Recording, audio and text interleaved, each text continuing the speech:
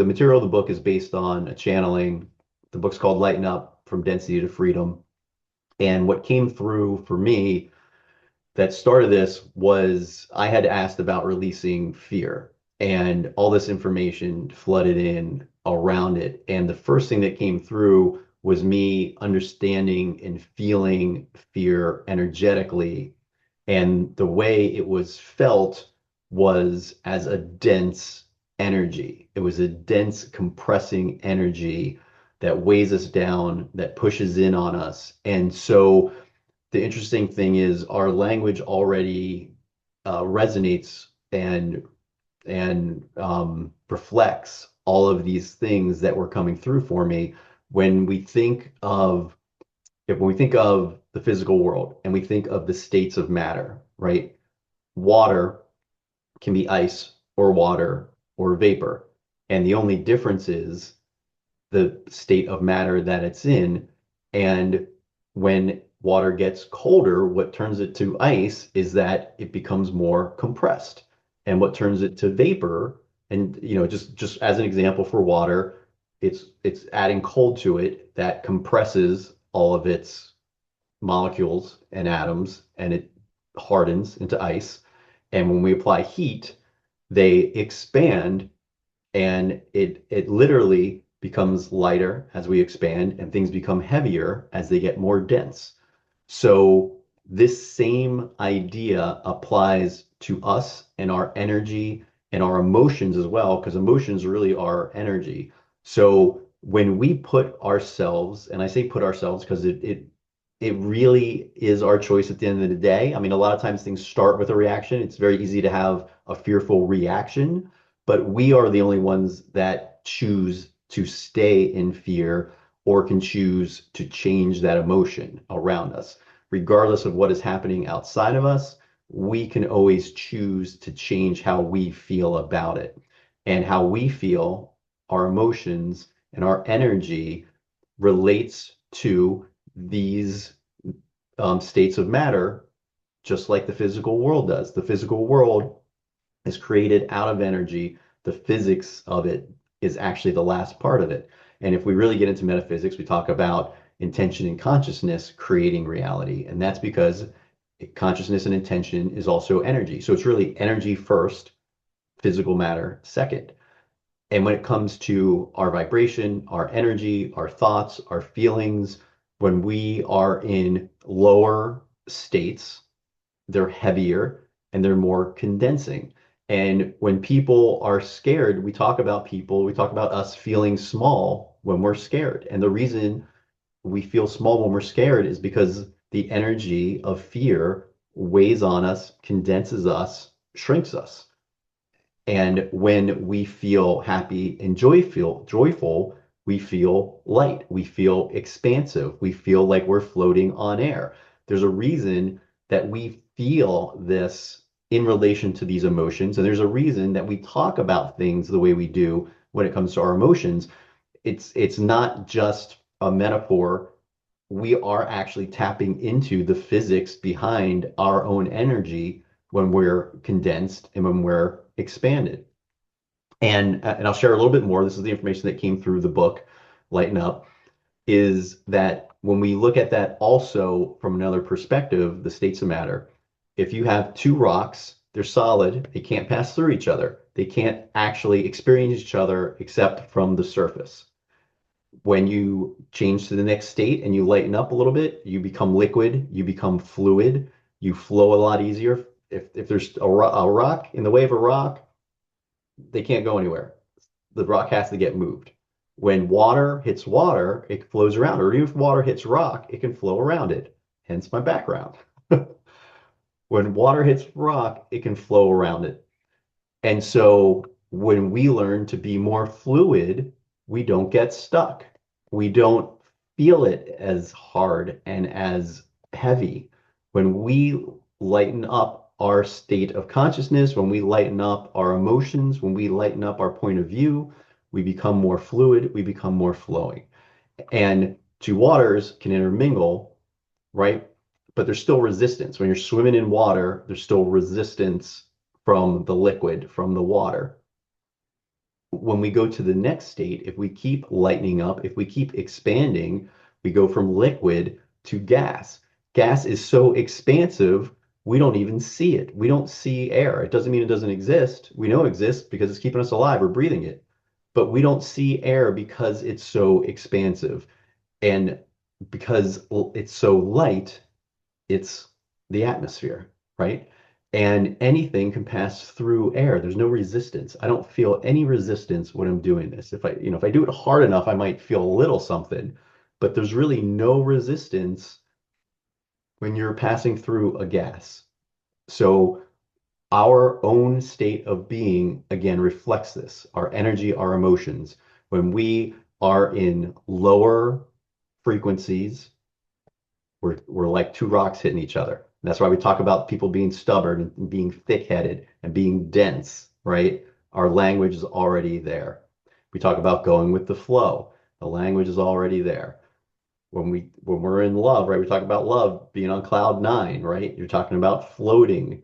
You're talking about the floated in the room. You can feel it. You can feel when someone else feels lighter or feels weighed down, we feel it. That's how strong the energy is coming off of us and coming off of others, and how sensitive we are to the energy of ourselves and the energy of others. We feel it.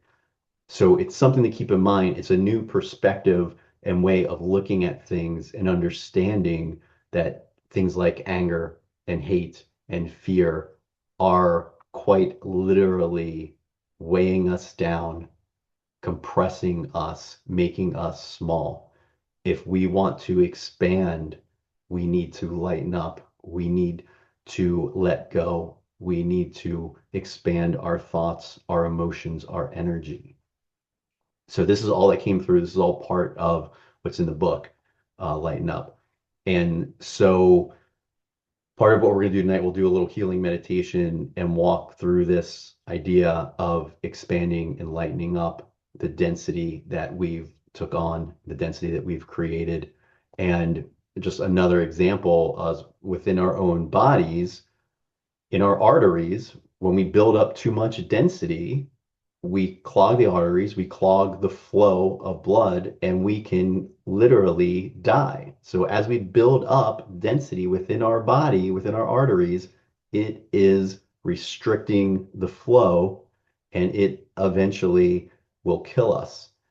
And so our energy is the same way. As we take on more energetic density, it it quite literally strangles our life force. It strangles our own energy. It reduces the amount of light that we can send out into the world. The amount of light we have within us never changes. The light in us never changes, but how much light we're able to shine out, that can change based on how much density we have, how many walls we have up, how much protection we're putting around us. If we want to protect ourselves against a threat, and we build a wall, like a castle builds a wall and a moat and all that kind of stuff, if we build a wall around us, it might protect something from coming in, but it also stops us from going out. When you're in a cave, light doesn't get in, light doesn't pass through rock. So if we put ourselves in an emotional cave, we might be protecting ourselves from stopping anything from getting in, but we're also stopping our own light from shining out. So every time we put up walls and we take on density, it stops our own light and our true being from shining out into the world. And we feel that whether we know it or not, we feel it, and it's what I call depression. I absolutely believe that depression is taking on too much density and too much pressure, deep pressure depression. And this is how many of us have been living and not understanding the actual physics of it and understanding how important it actually is to let go of density, to let go of all the things that weigh us down, to let go of thoughts and ideas and beliefs, everything we hold on to, right? It's like picking up another boulder, another boulder, another boulder. Every belief you take on, another boulder, another thought you take on, another idea you take on, another concept you take on, more beliefs, more beliefs. It all weighs us down because we're holding on to things instead of allowing life to pass through us. Life is meant to pass through us as we experience it. It comes into us and we let it go. And life always moves, energy always moves, creation keeps creating. And where we get stuck is when we hold on to too many things in the present or especially in the past. Because as soon as the moment's gone, it's the past. But the more we hold on into the past, the less the future can pass through the present moment. And so we block ourselves in so many ways. We clog ourselves in so many ways. And the more fluid we become, the more expansive we become, just like air. If we think of ourselves as air, anything will pass through. Anyone else, and this is again where there's us versus the outside world, right? Everyone around you can be as stubborn as they want. They can all be the rocks butting heads. If you lighten yourself up and become air, it just passes through. It just passes through. And the same concept came through about being controlled. When you have something physical, you can grip it, you can pick it up, right? Like this mouse is physical. I can pick it up, I can hold it, I can crush it, I can break it if I want. If this was water, I couldn't hold it in my hand. It would just slide through. I can pick up water and it just will fall right out. And I can't even grab air. There's no way to grab air, right? So if you also think about how other people control us, the denser we are, the more weighed down we are, the more thick-headed we are, the easier it is for someone else to manipulate and control us. When we're more fluid, if you go with the flow, you can't get stuck. Someone can't have control over you if you are too fluid or too light because there's nothing for them to control. There's nothing for them to hold on to. There's nothing for them to manipulate. And there's so many of us that get caught up in so many little things.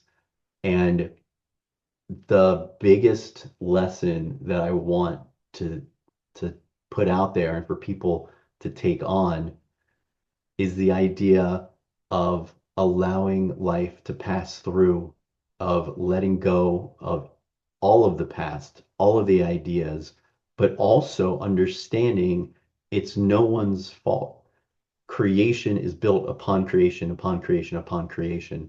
Everything that's out there in the world right now has been built upon previous creations and previous generations forever. So, we have problems with the current administration. Well, at some point, there wasn't any such thing as Republicans and Democrats. At some point, there wasn't even a president because there wasn't even a United States. Everything has been built upon something in the past.